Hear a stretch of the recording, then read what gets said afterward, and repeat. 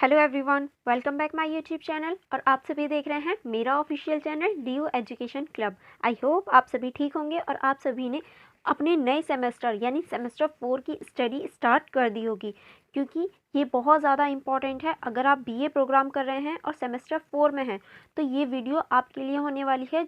अगर आपके पास एजुकेशन है और आपकी जो एजुकेशन की बुक है इसका नाम दे रखा है मानवीय अधिगम और संज्ञान को समझना, यानी हम इसमें मानवीय अधिगम, मानव की जो लर्निंग एबिलिटी है और संज्ञान को समझने के ऊपर चर्चा करने वाले हैं। इस पूरी बुक में आपको मानवीय अधिगम के ऊपर टोटली डिस्कशन करना है। आई होप आपने अभी तक मेरी वीडियो को और मेरे चैनल को सब्सक्राइब कर दिया होगा और मेरी वीडियो को लाइक कर दिया होगा। अगर नहीं किया है तो जल्दी से कर दीजिए, ताकि आपको पूरी बुक की नोटिफिकेशन मिल जाए। जब भी मैं नेक्स्ट चैप्टर डालूं या नेक्स्ट वीडियो इस बुक से रिलेटेड डालूं, आपको नोटिफिकेशन मिल जाए और आप कोई भी वीडियो मिस ना कर पाएँ। चलिए, आज हमारे इस बुक की स्टार्टिंग होने वाली है, यानी मैं SOL की जो आपकी एजुकेशन है उसको स्टार्ट कर रही हूँ। और आपकी बुक का मानवीय अधिगम और संज्ञान को समझना, ये आपकी बुक का नाम है। और आज हम ये बुक स्टार्ट करने वाले हैं चैप्टर नंबर 1 से। चलिए फिर बिना देरी करे इस चैप्टर की शुरुआत करते हैं। ओके, जैसा कि आप सभी ऊपर देख सकते हैं, अध्याय 1 इकाई 1, यानी ये हमारा चैप्टर 1 होने वाला है और यूनिट नंबर 1 का। आई होप आप सभी ने अपने सिलेबस की वीडियोस देख ली होगी। अगर नहीं देखी, मैं डिस्क्रिप्शन बॉक्स में लिंक दे दूंगी, वहां पर आप अपने सिलेबस की वीडियो चेकआउट कर लेना और एजुकेशन का पूरा सिलेबस देख लेना। ओके, चलिए स्टार्ट करते हैं चैप्टर के नाम से, मुख्य संज्ञानात्मक प्रक्रिया, चिंतन, ध्यान और समस्या समाधान। यानी हम मेनली चिंतन के ऊपर चर्चा करने वाले हैं, ध्यान के ऊपर चर्चा करने वाले हैं और समस्या समाधान के ऊपर चर्चा करने वाले हैं। चलिए फिर स्टार्ट करते हैं बिना देरी करें। यह आपके उद्देश्य दे रखा है एंड देन यहाँ से प्रस्तावना से स्टार्ट होता है। चलिए फिर हम लोग इसको देखते हैं। चिंतन, धारणा, ध्यान, स्मृति, भाषा और समस्या समाधान जैसी संज्ञानात्मक प्रक्रिया को कुछ ऐसी प्रमुख विशेषताएं मानी जा सकती हैं जो मानव को अन्य प्रजाति से अलग करती हैं। यानी चिंतन, ध्यान और स्मृति, भाषा ऐसी ही कुछ एबिलिटी होती हैं हमारे अंदर जो हमें मनुष्य जो हैं उस जाति को बिल्कुल अलग करती हैं अन्य जाति से, यानी अन्य जीव जंतुओं से, जो और जानवर वगैरह हैं उनसे हमें अलग करने वाली जो चीज़ें हैं वो यही हैं। क्योंकि हम भाषा का यूज़ करते हैं, स्मृति का यूज़ करते हैं, किसी भी चीज़ को याद कर सकते हैं, ध्यान लगा सकते हैं, चिंतन कर सकते हैं, किसी भी चीज़ को सोच सकते हैं। ऐसी बहुत सी चीज़ें संज्ञानात्मक प्रक्रिया से परिणाम के रूप में देखी जा सकती हैं, जैसे अच्छी किताबें, कहानी, पेंटिंग, भाषा, कंप्यूटर, रोबोट इत्यादि। यानी ऐसी बहुत सारी चीज़ें हैं जो हमें संज्ञानात्मक चिंतन की ओर लेकर जाती हैं और ये हमें बताती हैं कि हाँ, हम दूसरों से अलग हैं और जीव जंतुओं से अलग हैं। मान्य रूप से सोच, तर्क और समस्या समाधान जैसी संज्ञानात्मक प्रक्रिया द्वारा व्यक्ति या समाज के सामने आने वाली चुनौतियों और समस्याओं को भी समाधान किया जाता है। यानी मानव जो है उसके सामने आने वाली जितनी भी समस्याएं होती हैं, चुनौतियां होती हैं, उनका समाधान ढूंढता है, ऐसा नहीं है उसे छोड़ देता हो। इस प्रकार से संज्ञानात्मक प्रक्रिया की शक्ति को व्यक्ति और समाज के कल्याण और आर्थिक अस्तित्व के लिए आवश्यक उपकरण माना जा सकता है। यानी इसी तरह से हम ये कह सकते हैं कि मानव कल्याण के लिए जो व्यक्ति है वो बहुत ज़्यादा इम्पॉर्टेंट है। चिंतन, बोध, ध्यान, स्मृति, भाषा और समस्या समाधान पर विचार करता है। यानी एक मनुष्य चिंतन करता है, बोध करता है, ध्यान करता है, स्मृति करता है, भाषा सीखता है और समस्या के समाधान पर भी विचार करता है। इसीलिए मानव जो है वो अन्य प्रजाति से अलग है। आई होप आपको थोड़ा सा इंट्रो समझ में आ गया होगा। अब हम मेनली चिंतन के बारे में पढ़ेंगे कि चिंतन क्या होता है। चिंतन एक जटिल प्रक्रिया है। इसमें परिवेश से प्राप्त सूचनाओं में हेर फेर और विश्लेषण शामिल है। उदाहरण के लिए, जब आप पेंटिंग देखते हैं, आप केवल पेंटिंग के रंग या रेखाओं और प्रवाह पर ध्यान केंद्रित नहीं कर रहे हैं, बल्कि आप दिए गए मूल विषय के परे उसके अर्थ की व्याख्या करते हैं। यानी देखिए, अगर हम कोई भी चीज़ देखते हैं या कोई भी चीज़ हमारे सामने, जैसे कि उदाहरण के लिए पेंटिंग ही दे दी जाए, तो हम उसकी जो सूचना होती है उसको सिर्फ देखते नहीं हैं, उसमें हेर फेर भी करते हैं। जैसे हम कोई पेंटिंग देख रहे हैं, सिर्फ हम देखने का कार्य नहीं करेंगे कि हाँ उसके रंग वगैरह देख लिए, नहीं, उसके पीछे जो मूल कारण है, मूल विषय जो है कि क्यों बनाया गया है, उसके अर्थ को भी समझने का प्रयास करते हैं। और आप जानकारी को अपने मौजूदा ज्ञान से जोड़ने का प्रयास करते हैं, यानी जो आपके पास जानकारी होती है उसके साथ उसको कनेक्ट करने की कोशिश करते हैं। यही हमारा चिंतन होता है, ठीक है, जब हम किसी भी ज्ञान को अपने मौजूदा ज्ञान के साथ जोड़ने का प्रयास करते हैं। नेक्स्ट चलते हैं। नेक्स्ट है हमारा ऐसी क्रियाविधि और विश्लेषण अमूर्त तर्क, कल्पना, समस्या को सुलझाने, न्याय करने और निर्णय लेने के माध्यम से होता है। यानी हम जो ये क्रियाकलाप करते हैं वो अमूर्तीय होता है, तर्क होता है, कल्पना, समस्या के सुलझाने और न्याय करने के लिए बहुत ज़्यादा इम्पॉर्टेंट होता है। चिंता को समस्या सुलझाने के व्यवहार के रूप में भी जाना जा सकता है। यानी जब हम किसी भी समस्या का समाधान करने का प्रयास करते हैं तभी हम चिंतन करते हैं। तो चिंता को हम या फिर ये कहें चिंतन को हम समस्या सुलझान के रूप में भी देख सकते हैं। रोज़मर्रा की सारी गतिविधियां जैसे कि खाना पकाने से लेकर गणित की समस्या सुलझाने तक का एक लक्ष्य होता है। हम लक्ष्य तक पहुंचने के लिए योजना बनाते हैं और उन चरणों को याद करते हैं। यानी हम रोज़मर्रा की गतिविधियों के लिए भी जो योजना बनाते हैं, जो रणनीतियाँ बनाते हैं, जैसे कि खाना बनाने के लिए जो स्टेप बाय स्टेप करते हैं, हम गणित के सवालों के लिए भी हम स्टेप बाय स्टेप चीज़ें करते हैं और ये जो लक्ष्य हम प्राप्त करते हैं यही हमारे चिंतन के अंतर्गत आता है। ठीक है, इसी की वजह से हम कह सकते हैं कि हाँ, हम चिंतन कर रहे हैं। अब चिंतन की कुछ परिभाषाएं दी गई हैं कुछ व्यक्तियों द्वारा। अब वो कौन कौन सी परिभाषाएं हैं? देखिए, परिभाषाएं जो होती हैं वो एज इट इज़ ही याद करनी होती हैं। हम थिंकर के सोच में या फिर उनके विचारों में कोई भी चेंजेस नहीं कर सकते। तो थिंकर्स जितने भी होते हैं, जितने भी परिभाषा होती हैं आपकी बुक में, आपको एज इट इज़ याद करनी होती है। आप 2 या 3 याद कर सकते हैं। मैं आपको सारी दिखा देती हूँ, आपको जो भी इजी लगे आप वो याद कर लेना।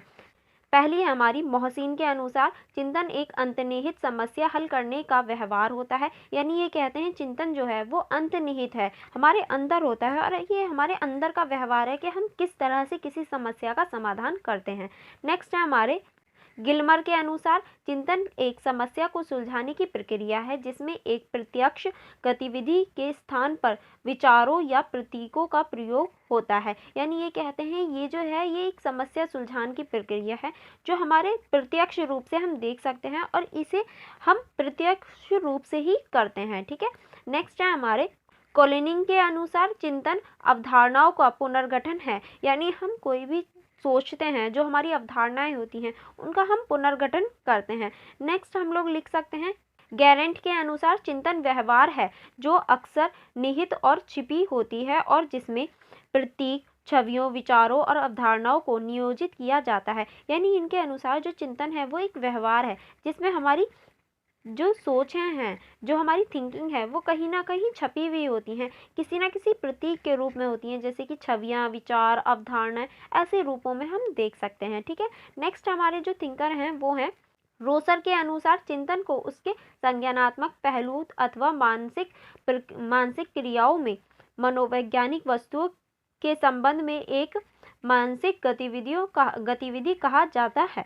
यानी ये कहते हैं कि जो हमारी चिंतन है वो एक संज्ञानात्मक पहलू के साथ में जुड़ी हुई है जिसे हम मनोवैज्ञानिक वस्तु के रूप में भी मानसिक रूप में देख सकते हैं। ठीक है, नेक्स्ट पॉइंट हमारा स्टार्ट होता है चिंतन की प्रकृति। यानी चिंतन की जो प्रकृति है वो कैसी है और उसको जानने के लिए हमें नीचे कुछ पॉइंट्स दे रखे हैं, यानी नीचे रेखांकित किए गए हैं कुछ पॉइंट्स। अब हम उनको देखेंगे और उनको देखने के बाद समझने की कोशिश करेंगे कि चिंतन की जो प्रकृति है वो किस तरह की है। चलिए फिर इसको स्टार्ट करते हैं।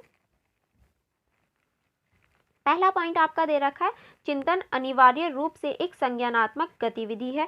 यानी इसमें कहा जाता है कि चिंतन जो है वो एक अनिवार्य रूप से संज्ञानात्मक गतिविधि है। दूसरा है यह एक संज्ञानात्मक व्यवहार के सबसे महत्वपूर्ण पहलू में से है। ये एक संज्ञानात्मक, जब भी हम सोचते हैं समझते हैं तो उसके लिए एक महत्वपूर्ण पहलू के रूप में है।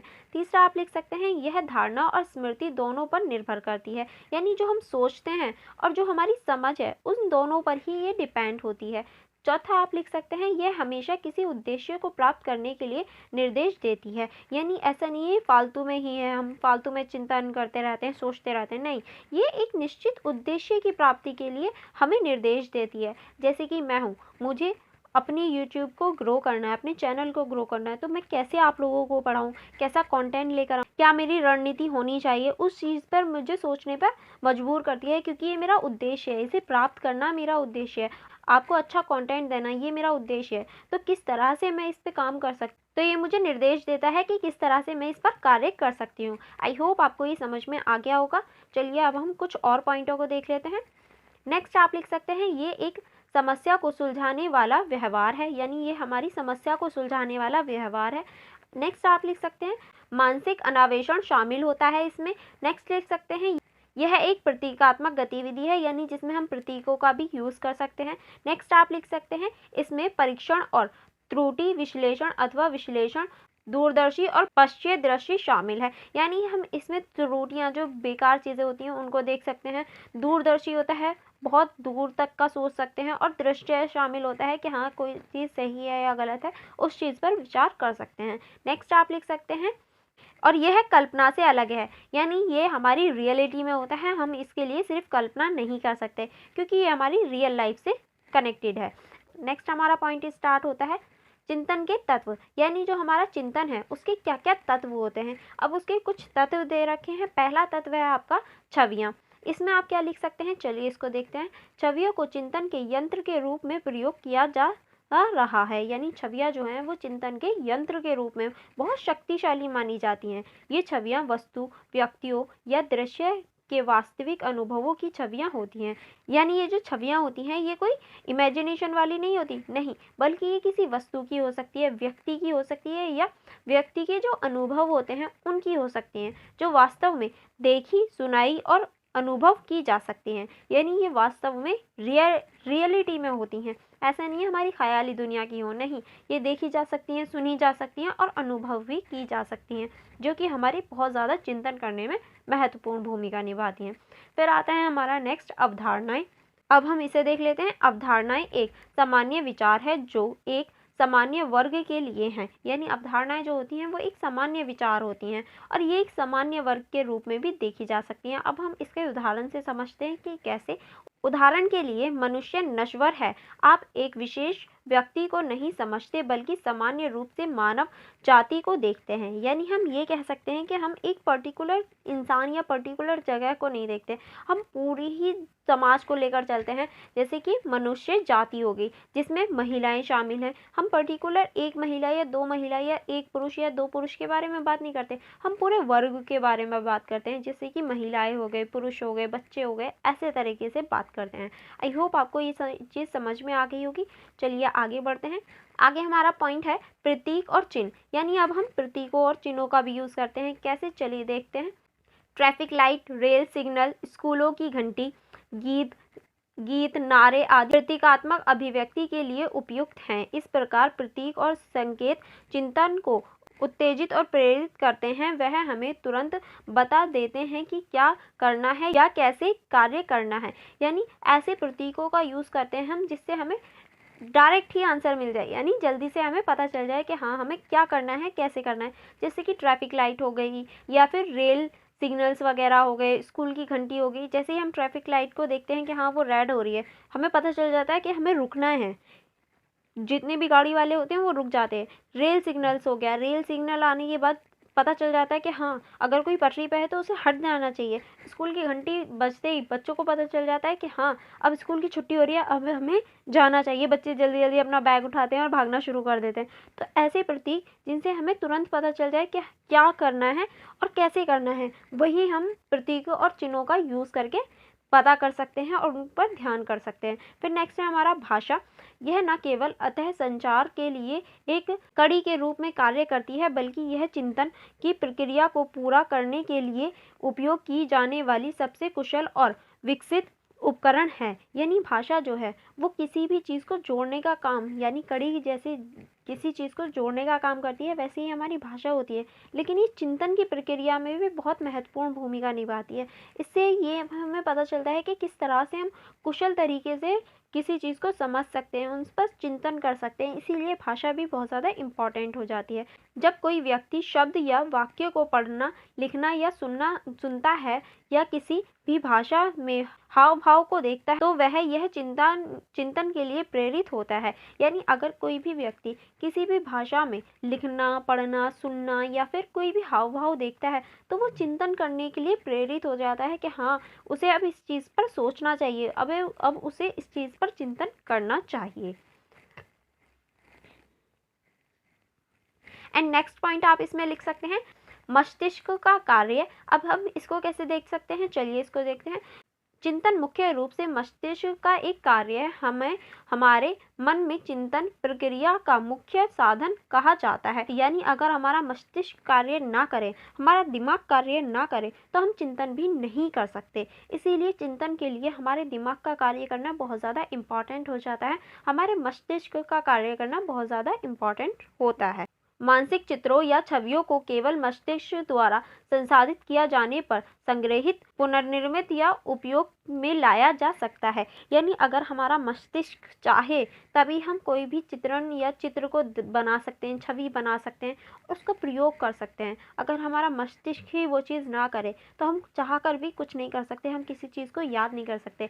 इसके हम कंक्लूजन में ये कह सकते हैं कि ऊपर की जितनी भी प्रक्रियाएं हैं, अगर मस्तिष्क के कार्य ना हो तो वो सारी ही बेकार हैं। इसीलिए हम कह सकते हैं कि मस्तिष्क का कार्य करना बहुत ज़्यादा, सबसे ज़्यादा ज़रूरी है किसी भी चीज़ की चिंतन के लिए। ठीक है, आई होप आपको ये पूरा टॉपिक अच्छे से समझ में आ गया होगा। अब हमारा नेक्स्ट टॉपिक स्टार्ट होता है। नेक्स्ट टॉपिक है हमारा चिंतन के प्रकार, यानी चिंतन के कितने प्रकार होते हैं और किस तरह से हम चिंतन के प्रकारों को देख सकते हैं। अब हम इसके प्रकारों के बारे में बात करेंगे, जिसमें आप पहला प्रकार लिख सकते हैं बौद्धात्मक या मूर्त चिंतन। यानी हम इसमें बौद्धात्मक और मूर्त चिंतन के बारे में चर्चा करने वाले हैं। यह इस प्रकार का आधार चिंतन सबसे सरल रूप है। इसे कठोर सोच भी कहा जाता है, क्योंकि यह वास्तविक या अमूर्त वस्तुओं और घटनाओं की धारणा पर किया जाता है। यानी हम ये कह सकते हैं बौद्धात्मक और अमूर्त चिंतन जो है वो एक कठोर चिंतन है, क्योंकि ये जो है ये वास्तविक वस्तुओं और घटनाओं के ऊपर किया जाता है। ठीक है, नेक्स्ट आप इसका प्रकार लिख सकते हैं क्रियात्मक या अमूर्त चिंतन। इसमें आप लिख सकते हैं बौद्धात्मक चिंतन से विपरीत, इसमें वास्तविक वस्तुओं या घटनाओं के अनुभव की आवश्यकता नहीं होती, यह एक अमूर्त चिंतन है। यानी इसमें जिस तरह से बौद्धात्मक में रियलिटी की आवश्यकता होती है, यानी वास्तविकता की आवश्यकता होती है, इसमें वास्तविक घटनाओं की कोई भी आवश्यकता नहीं होती, हम इसे अमूर्त रूप में कर सकते हैं। इस बौद्धात्मक चिंतन से बेहतर माना जाता है, क्योंकि यह समझने और समस्या सुलझाने के प्रयासों की बचत करता है। यानी हम इसे बौद्धात्मक चिंतन से अधिक बेहतर मानते हैं, क्योंकि हम इसमें अपनी समस्या के सुलझाने के लिए या फिर अपनी समस्या से ऊपर उठने के लिए अपनी सोच, अपनी कल्पना को भी विकास कर सकते हैं, अपनी कल्पनाओं में भी उसके सल्यूशन ढूंढ सकते हैं। ठीक है, नेक्स्ट आप इसका प्रकार लिख सकते हैं। नेक्स्ट है हमारा चिंतनशील चिंतन। यह चिंतनशील का उच्चतम रूप है। यानी चिंतनशील चिंतन जो होता है ये चिंतनशील का उच्चतम, सबसे ऊपर वाला रूप होता है। इसे हम कैसे समझ सकते हैं, पहले आप इसमें लिख सकते हैं इसका उद्देश्य साधारण समस्याओं के बजाय जटिल को हल करना होता है। यानी ये साधारण समस्याओं को नहीं देखता, ये जटिल समस्याओं को समाधान करने में और उन्हें कैसे सुलझाया जाए इस चीज़ पर विचार करता है। नेक्स्ट आप लिख सकते हैं इसके लिए सभी प्रासंगिक अनुभवों के पुनर्गठन और किसी स्थिति पर प्रतिक्रिया करने या उसे अनुभवों या चिंतनों से संबंधित के बजाय बाधाओं को दूर करने के नए तरीकों की खोज की आवश्यकता होती है। यानी ये नए नए तरीके खोजता है कि किस तरह से हम बाधाओं को दूर कर सकते हैं, किस तरह से किसी भी समस्या से ऊपर उठ सकते हैं, ये इस चीज़ पर ध्यान केंद्रित करता है। नेक्स्ट आप लिख सकते हैं यह चिंतनशील चिंतन में एक व्यवहारिक संज्ञानात्मक दृष्टिकोण है, क्योंकि यहाँ मानसिक गतिविधियों के यांत्रिक परीक्षण और त्रुटि प्रकारों के प्रसार शामिल होते हैं। यानी जितनी भी हमारी मानसिक व्यवस्था होती हैं, मानसिक गतिविधियां होती हैं, उन पर नियंत्रण रखा जाता है, और जो त्रुटि होती हैं, जो बेकार चीज़ें होती हैं, उन्हें अलग करके हम किस तरह से किसी चीज़ को सुलझा सकते हैं, इस चीज़ पर ध्यान दिया जाता है। आई होप आपको ये चीज़ें समझ में आ गई होंगी। अब हम नेक्स्ट आगे चलते हैं। नेक्स्ट पॉइंट आप लोग लिख सकते हैं इस प्रकार में चिंतन प्रक्रिया समस्या को हल करने के लिए तार्किक क्रम में व्यवस्थित सभी प्रासंगिक तथ्यों को ध्यान में रखता है। यानी हम इस प्रकार से कह सकते हैं कि चिंतन की जो ये समस्या को हल करने की जो प्रक्रिया है उसमें हम तार्किक रूप को लेते हैं। ऐसा नहीं है कुछ भी ऊट पटांग ले लिया, नहीं, जिसका कोई तर्क हो, जो सही हो, उस चीज़ को चुनते हैं और तार्किक रूप से तथ्य के स्थान पर हम उसका प्रयोग करते हैं और किस तरह से हम उसे सुलझा सकते हैं इस बात पर भी ध्यान केंद्रित करते हैं।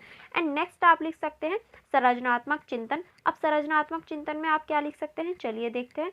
इस प्रकार का चिंतन किसी नई या असामान्य चीज़ को बनाने की क्षमता संबंधित होता है। यानी ये जो हमारा चिंतन है ये किसी भी चीज़ को बनाने या फिर उसे नहीं बनाने के ऊपर डिपेंड करता है कि हाँ हम उस चीज़ को कैसे ले सकते हैं। यह चीज़ों, घटनाओं और परिस्थितियों, प्रकृति का वर्णन और व्यवहार करने के लिए नए संघों की तुलना करता है। यानी कि ये किसी भी चीज़ या कोई भी घटना हो उसको किस तरह से समझा जाए, उसको किस तरह से वर्णन किया जाए या व्याख्या की जाए, इस बात पर बल देता है और उसको किस तरह से रिलेट किया जाए इस बात पर भी बल देता है। जैसे कि अब हम लोग नेक्स्ट पॉइंट लिख सकते हैं, वैज्ञानिक कलाकार की सोच इस तरह के विचारों के आदर्श उदाहरण है। संज्ञानात्मक चिंतन की कुल उल्लेखनीय प्रकृतियों और विश्लेषण है। यानी संज्ञानात्मक जो सोच है वो वैज्ञानिक तरीकों पर आधारित होती है। जिस तरह से वैज्ञानिक सोचते हैं, जिस तरह से वैज्ञानिक कार्य करते हैं, उस चीज़ को हम संज्ञानात्मक सोच के अंतर्गत ला सकते हैं। क्योंकि ये तथ्य पर बिलीव करती है। ऐसा नहीं है आपने कुछ भी कह दिया उसी चीज़ पर ये बिलीव कर लेंगे, नहीं, उस चीज़ को करके प्रूफ करके दिखाना होता है, तभी ये लोग बिलीव करते हैं, तभी हम संज्ञानात्मक सोच में आगे बढ़ पाते हैं। आई होप आपको संज्ञानात्मक सोच भी समझ में आ गई होगी। अब हम नेक्स्ट चलते हैं। नेक्स्ट टॉपिक आप लिख सकते हैं संज्ञानात्मक चिंतन। यानी अब हम संज्ञानात्मक चिंतन के बारे में पढ़ने वाले हैं। यह एक प्रकार का चिंतन है जिसमें व्यक्ति को अपने व्यक्तिगत व्यवहार, पूर्वग्रह और मतों से अलग हटकर विश्वासों को दूर करने और उनकी बुनियादी आस्था प्रणाली की कीमत पर भी सत्यों की खोज करने में सहायता मिलती है। यानी ये जो है ये व्यक्ति के व्यवहारिक जीवन और इन सभी से दूर हटके जो सत्य है उस चीज़ पर बल देने की कोशिश करता है। वास्तव में सोचने की प्रक्रिया में सुधार के लिए तरीकों और साधन खोजने के लिए चिंतन की एक संज्ञानात्मक दृष्टि है। यानी संज्ञानात्मक दृष्टि जो है वो बहुत ज़्यादा इम्पॉर्टेंट हो जाती है हमें किसी भी सच्चाई की खोज करने के लिए और उस पर बल देने के लिए। ठीक है, चलिए फिर हम लोग आगे बढ़ते हैं। नेक्स्ट है आपका समीक्षात्मक चिंतन। समीक्षात्मक चिंतन क्या होता है? उच्च कोटि की सुनिश्चित विचार प्रक्रिया जिसमें संज्ञानात्मक सोच का उपयोग जैसे कि अवधारणा, व्याख्या, विश्लेषण, संश्लेषण और मूल्यांकन किसी व्यक्ति के विकास और कार्य के लिए एकत्रित या संसूचित सूचना या आंकड़ों के निष्पक्ष भेद और विश्वसनीय निर्णय पर पहुंचने के लिए किया जाता है। यानी ये जो है ये किसी भी चीज़ के निर्णय तक पहुंचने के लिए किया जाता है ताकि हम उस चीज़ के निर्णय और हमारा जो कंक्लूजन है उस तक पहुंचा जा सके, इसलिए हम इसका प्रयोग करते हैं। आई होप आपको ये चीज़ समझ में आ गई होगी। चलिए अब हम नेक्स्ट चलते हैं। नेक्स्ट है हमारा गैर निर्देशित या साहचर्य चिंतन। कई बार हम खुद को एक अनूठी प्रकार के चिंतन में लगे हुए पाते हैं। यानी हम ऐसे देखते हैं कि कई बार हम एक ऐसे चिंतन में हैं, एक अजीब से चिंतन में होते हैं जो हम सोचते रहते हैं, जो गैर निर्देशित या बिना लक्ष्य का होता है। यानी उसका कोई भी निर्देश नहीं होता, उसे कोई भी हमें करने के लिए निर्देश नहीं दे रहा होता, न ही उसका कोई लक्ष्य होता है। यह स्वयं कल्पना, भ्रम, दिवास्पन और अन्य मुख्य प्रवाह नियंत्रित गतिविधियों के माध्यम से परिकल्पित होता है। यानी हम किसी भी सपने के बारे में, कल्पना, भ्रम, ऐसी चीज़ों के बारे में इसमें सोच रहे होते हैं। मनोवैज्ञानिक रूप से विचारों के इन रूपों को साहचर्य चिंतन कहा जाता है। यानी ऐसा चिंतन जिसका कोई मोटिव ना हो, जिसका कोई उद्देश्य ना हो, ना कोई लक्ष्य हो, बस बिना फालतू में सोचे जा रहे हैं। जैसे कभी कभी हमारे बैठे बैठे भी दिमाग में ख्याल आते हैं, काश हम लोग उड़ पाते, काश ऐसा हो पाता, या फिर काश हम लोग दीवार के आर पार जा पाते। ऐसे जो ख्याल आते हैं ना, जिनका ना तो कोई मोटिव है, ना कोई लक्ष्य है और ना ही कोई पॉसिबिलिटी है, बस हमारा भ्रम है ऐसा। या फिर ऐसा कुछ लोग सोचते हैं कि हमारे पीछे भूत है, वो भ्रम है, ना ही उसकी कोई कल्पना है, ना कुछ है। तो ये क्या है? ये एक साहचर्य चिंतन कहलाता है। ठीक है, आई होप आपको ये समझ में आ गया होगा। अब हम लोग नेक्स्ट चलते हैं। अभिसारी चिंतन। अभिसारी चिंतन को देख लेते हैं। वह चिंतन जिसमें किसी समस्या का एक ही सही उत्तर प्राप्त करना शामिल है। इसीलिए यह सोच केंद्रित, तार्किक है और विशेष उत्तर की ओर ले जाती है। यानी एक ऐसी ही चीज़ या ऐसे उत्तर की प्राप्ति के लिए चिंतन करना जो एक केंद्र और तर्क के ऊपर डिपेंड हो और वो हमें उत्तर की ओर यानी हमारे आंसर की ओर लेकर जाए, वही अभिसारी चिंतन कहलाता है। नेक्स्ट है हमारा अपसारी चिंतन। ऐसी सोच जिसमें किसी कार्य या समस्या का सामना करने पर कई और असामान्य भावनाएं पैदा करना शामिल हो। इसीलिए यह चिंतन खुले विचारों वाले होते हैं और कई दिशाओं में ले जाते हैं। यानी जब हम कोई ऐसी चीज़ सोच रहे होते हैं और उसकी वजह से जब हम अन्य चीज़ों में पड़ जाएं, जैसे हम सोच तो कुछ और रहे थे पर सोचने किसी और चीज़ के बारे में रख गए, तो वो अपसारी चिंतन होता है, क्योंकि वहाँ कोई भी लिमिट नहीं होती, कोई भी दिशा नहीं होती, हम किसी भी दिशा में किसी भी डायरेक्शन में जा सकते हैं। नेक्स्ट आपका टॉपिक जो स्टार्ट होता है वो है प्रभावित चिंतन विकसित करने के साधन। यानी हम किस तरह से अपने जीवन में प्रभावित चिंतन कर सकते हैं, किसी भी चीज़ पर हम ध्यान कैसे लगा सकते हैं, अब हम उसके साधनों के बारे में डिटेल में चर्चा करने वाले हैं। चलिए इसको स्टार्ट करते हैं। चिंतन सीखने की प्रक्रिया के सबसे महत्वपूर्ण पहलू में से एक है। यानी जब हम चिंतन करते हैं तभी हम किसी चीज़ को सीखते हैं। जब तक हम उस चीज़ के ऊपर सोचते नहीं है, विचार नहीं करते, हम उस चीज़ को सीख भी नहीं सकते। इसीलिए किसी भी प्रक्रिया या किसी भी चीज़ को सीखने की प्रक्रिया में चिंतन जो है वो महत्वपूर्ण भूमिका निभाता है। केवल वही व्यक्ति जो स्पष्ट, रचनात्मक और सावधानी से सोचता है समाज के लिए कुछ समर्थन योगदान दे सकता है। चूँकि कोई व्यक्ति जन्म से वैचारिक नहीं होता है, इसीलिए उसे तकनीकी या ज्ञान प्राप्त करना चाहिए और उसे सोच को अभ्यास करना चाहिए। यानी हम ये कह सकते हैं, अगर कोई व्यक्ति अपनी सोच को कंट्रोल में रखकर अच्छी चीज़ें सोचे तो ही वो किसी समाज या किसी देश का लाभ कर सकता है। और उस चीज़ को करने के लिए उसे सीखना होगा, क्योंकि कोई भी व्यक्ति अपने जन्म से वो चीज़ें नहीं सीख कर आता। उसे दुनिया में आकर सारी चीज़ें, तकनीक से रिलेटेड जितनी भी हमारी सोच विचार है, सबको सीखना पड़ता है। तो उसे सीखने से ही हम किसी समाज या किसी भी देश के लिए कार्य कर सकते हैं, अदरवाइज़ हम बेकार हैं। जैसे कि मैं आपको ना पढ़ाऊँ, मेरी जॉब है आपको पढ़ाना, अगर मैं अपना कार्य ना करूँ, अपने कार्य पे चिंतन ना करूँ, तो मेरा जीवित होना या फिर मेरा होना ही बेकार है। इसीलिए हर व्यक्ति का कोई ना कोई कार्य होता है, उसे समझना और उस पर वर्क करना ही ज़रूरी है, उस पर चिंतन करना ही ज़रूरी है, क्योंकि कोई भी जन्म से नहीं सीख कर आता, उसे दुनिया में आकर ही सीखना होता है। आई होप आपको ये चीज़ समझ में आई होगी, क्योंकि अगर हमें कुछ चीज़ सीखनी है तो उस पर हमें सोच विचार करने होंगे, तभी हम कोई चीज़ सीख सकते हैं। ठीक है, नेक्स्ट आप लिख सकते हैं, आलोचनात्मक सोच में सुधार के लिए ये बेहतर ज्ञान और अनुभव प्राप्त करने के लिए संवेदन और धारणा की प्रक्रिया को बढ़ाने के लिए बच्चों की प्रशिक्षण देना। यानी हमें आलोचनात्मक सोच को बढ़ावा देना चाहिए। आलोचनात्मक सोच का मतलब क्रिटिकल थिंकिंग, जिसमें हम अच्छाई और बुराई दोनों देखने की क्षमता रखें। ऐसा नहीं है हम किसी चीज़ की अच्छाई देख रहे हैं, नहीं, उसकी बुराई और अच्छाई दोनों को ही देखना है। हमें बच्चों को सिखाना चाहिए किस तरह से वो क्रिटिकल थिंकिंग, आलोचनात्मक थिंकिंग कर सकते हैं। ये चीज़ हमें बच्चों को सिखानी चाहिए, और इसीलिए आपकी ग्रेजुएशन में भी ये सब्जेक्ट है, ताकि बच्चों को आलोचनात्मक थिंकिंग जो है, आलोचनात्मक सोच जो है, उसमें विचार उसे बढ़ाया जा सके, उसमें सुधार किया जा सके। नेक्स्ट है, एक व्यक्ति को पर्याप्त अनुभव प्राप्त करने के अवसर प्रदान किए जाने चाहिए और स्वेच्छाएं चर्चा और स्वास्थ्य और उत्तेजक गतिविधियों में भाग लेने के लिए प्रोत्साहित किया जाना चाहिए। यानी किसी भी व्यक्ति को आगे बढ़ने का प्रयास करना चाहिए और उसे अवसर भी दिए जाने चाहिए, उसे चर्चा, स्वास्थ्य और उत्तेजना दी जानी चाहिए, उसे गति दी जानी चाहिए, ताकि वो आगे बढ़कर उसमें प्रयास करे, अपनी जो क्षमता है उसको बढ़ाने का प्रयास करे। नेक्स्ट हम लोग इसमें देख सकते हैं, नेक्स्ट है हमारा पर्याप्त प्रेरणा और लक्ष्यों की निश्चितता। प्रेरणा हमारी ऊर्जा को सोच विचार के लिए प्रेरित करने में सहायक होती है। यह चिंतन की प्रक्रिया में विशुद्ध रूप से सर्वैच्छिक ध्यान देती है। यानी प्रेरणा जो होती है वो हमारे जीवन में बहुत ज़्यादा इम्पॉर्टेंट है। किसी भी चीज़ को सुनने के लिए, किसी भी चीज़ में आगे बढ़ने के लिए अगर हमारे पास प्रेरणा ना हो तो हम किसी भी चीज़ को करते ही नहीं है, दिल नहीं करता हमारा। तो प्रेरणा होनी ज़रूरी है। किसी भी चीज़ की प्रेरणा लो, पर अपने कार्य को पूरा करने के लिए किसी से प्रेरित होना ज़रूरी होता है, तभी हम उस कार्य में अपनी जी जान लगाते हैं, अपना दिल लगाते हैं और उस कार्य को करने की कोशिश करते हैं। ठीक है, नेक्स्ट पॉइंट है आपका पर्याप्त स्वतंत्रता और नियमता।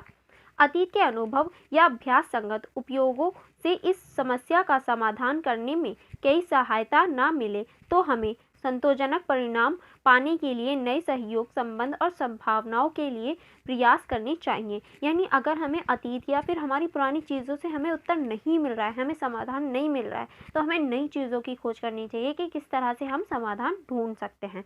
नेक्स्ट है आपका ऊष्मायन। हम किसी समस्या को हल करने के लिए तैयार होते हैं, लेकिन अपने तनाव के बावजूद इसे हल करने में असफल रहते हैं। यानी हम उस समस्या को हल कर सकते हैं, लेकिन हमारे तनाव, हमारा जो स्ट्रेस होता है, हम उसके कारण उस चीज़ को हल नहीं कर पाते। सोचने और लगातार सोचने के लिए अधिक प्रयास करते हैं, तब समस्या को कुछ समय के लिए अलग रखना और थोड़ी देर के लिए विश्राम करना या किसी अन्य गतिविधि में संलग्न होना बेहतर है। यानी हम लगातार किसी चीज़ पर सोचते रहें और सल्यूशन नहीं मिल रहा है, तो इसका मतलब है या तो हमें थोड़ी देर के लिए स्टॉप ले लेना चाहिए, यानी हमें थोड़ी देर के लिए उस गतिविधि को छोड़ देना चाहिए और फिर उसे रीस्टार्ट करना चाहिए। जैसे कि हम छोटे बच्चों को, किसी बच्चे को 2 का टेबल याद करवा रहे हैं, बार बार हम कह रहे हैं 2 1 जा 2 2 1 जा 2, पर उसे याद नहीं हो रहा है, वो भूल रहा है बार बार। तो इसका मतलब है हमें उस चीज़ को छोड़कर हमें नेक्स्ट चीज़ पर बढ़ जाना चाहिए। कुछ समय बाद उसे वो चीज़ याद हो जाएगी। या फिर आप कोई वर्क कर रहे हैं, नहीं हो रहा है, बार बार, तो आपको वो वर्क छोड़कर नेक्स्ट गतिविधि या नेक्स्ट वर्क में काम कर लेना चाहिए, ताकि आपका टाइम भी वेस्ट ना हो और कुछ समय बाद आपका उस चीज़ को करने का भी मन करे। इसलिए हम इसका यूज़ करते हैं ताकि हमारा जो ध्यान है वो केंद्रित हो, हमारी जो समस्या है वो भी सुलझ जाए और हमारा टाइम भी बर्बाद ना हो। नेक्स्ट है आपका बुद्धि और प्रज्ञा। इसके अंतर्गत हम क्या लिख सकते हैं? सोचना की प्रक्रिया को कार्यान्वयन करने के लिए ये बुद्धि, बुद्धिमत्ता और न्याय संज्ञानात्मक क्षमताओं का उपयोग करने पर उचित ध्यान देना चाहिए। यानी अगर हमें कोई भी समस्या का समाधान करना है तो हमें अपनी बुद्धि, बुद्धिमत्ता और संज्ञानात्मक जो क्षमता है उसका प्रयोग करना चाहिए, तभी हम किसी भी समस्या का समाधान ढूंढ सकते हैं। ठीक है, नेक्स्ट पॉइंट आप लिख सकते हैं अवधारणाओं का उचित विकास और भाषा। अवधारणा और भाषा वहन और विकास के साधन है। सही विकास के लिए कोई भी सोच के मार्ग पर प्रभावी ढंग से आगे नहीं बढ़ा सकता। उनका विकास विचारों को प्रेरित करने के लिए उनका मार्गदर्शन करना है।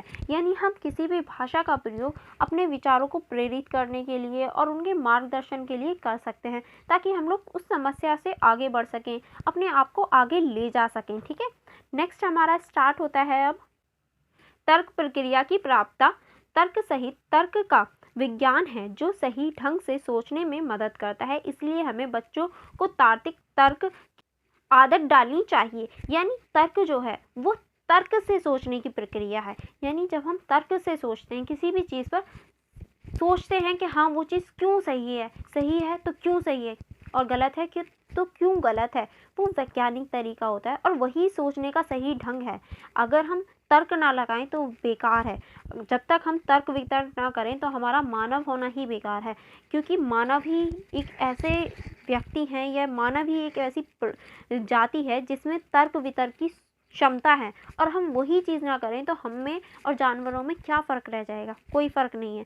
हम अलग ही इसलिए हैं क्योंकि हम तर्क वितर्क कर सकते हैं। इसीलिए हमें अपने बच्चों को, अपने आने वाली पीढ़ी को, अपने आसपास जितने भी स्टूडेंट्स वगैरह हैं या फिर जो अपने फ्रेंड्स वगैरह हैं, उन्हें तर्क वितर्क में फ़र्क पता चलना चाहिए। उन्हें बताना चाहिए कि हमें कोई भी निर्णय लेना है, कोई भी मुद्दा है, उस पर तर्क वितर्क करना चाहिए, ताकि जो समस्या है उसका समाधान अच्छा निकले, उसका जो कंक्लूजन हो वो बेहतर हो बेकार के कंक्लूजन से। ठीक है, नेक्स्ट पॉइंट है हमारा ध्यान। अब ये जो ध्यान पॉइंट है हमारा, ये हम नेक्स्ट वीडियो में कवर करने वाले हैं, क्योंकि अगर मैं पूरा चैप्टर एक वीडियो में करवा दूंगी तो बहुत लेंदी हो जाएगा। इसीलिए ध्यान जो हमारा टॉपिक है इसे हम नेक्स्ट वीडियो में कवर करने वाले हैं। और अगर आपने मेरी वीडियो को लाइक नहीं किया है और अभी तक मेरे चैनल को सब्सक्राइब नहीं किया है तो फटाफट से कर लीजिए, ताकि आपको कोई भी कन्फ्यूजन ना हो। और पूरे यूट्यूब पे सिर्फ मैं ही बुक से पढ़ाती हूँ, तो आप बुक से पढ़ें और कोई भी कन्फ्यूजन क्रिएट नहीं होगी। ओके, क्योंकि नोट्स वगैरह से कन्फ्यूजन हो जाते हैं बच्चे कि पता नहीं कहाँ कहाँ से ला दिया, ये तो बुक्स में है भी नहीं। इसलिए मैं डायरेक्ट बुक से पढ़ाती हूँ आपको, ताकि कोई भी प्रॉब्लम ना हो। चलिए फिर मिलते हैं नेक्स्ट वीडियो में। Thank you for watching everyone. मिलते हैं नेक्स्ट वीडियो में।